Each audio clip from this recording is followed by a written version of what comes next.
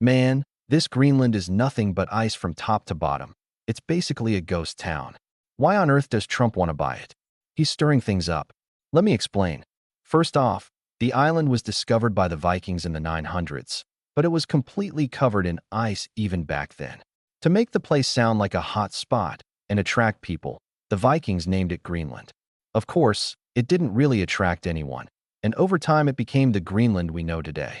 Later, the Danes thought, hey, what do we lack compared to the British or the French? Let's find somewhere to colonize.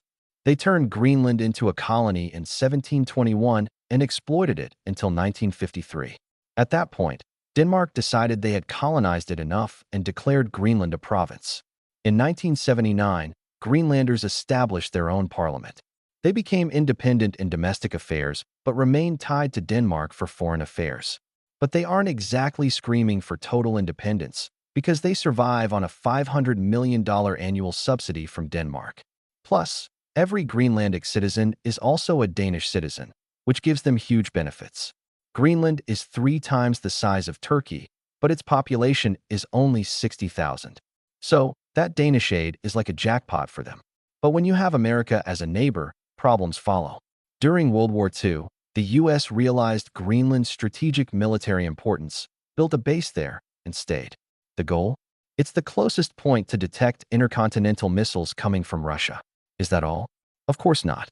As the glaciers melt, underground resources are slowly being revealed. It's believed the island is rich in oil, uranium, and zinc. Also, melting ice creates new trade routes. Chinese and other trade ships will be able to reach America much faster once the ice melts. The Chinese realized this first and wanted to invest and establish a permanent presence, but the U.S. blocked their projects. America's logic is simple. If a trade ship can take a shortcut, so can a warship. The U.S. wants to buy the island, but the Greenlanders aren't interested.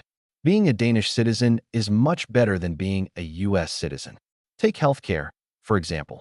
Healthcare in the U.S. is so expensive that instead of getting treatment, people feel it's more logical to just wait to die in a corner. They don't say it out loud, but Denmark is more than ready to sell Greenland. No one wants to go toe-to-toe with America. Plus, they pay $500 million in aid every year despite having no real control. That figure could soon rise to $1.6 billion. At that point, if the U.S. asks, should we give you $20 billion or just intervene militarily? Denmark's answer might just be, make it 21.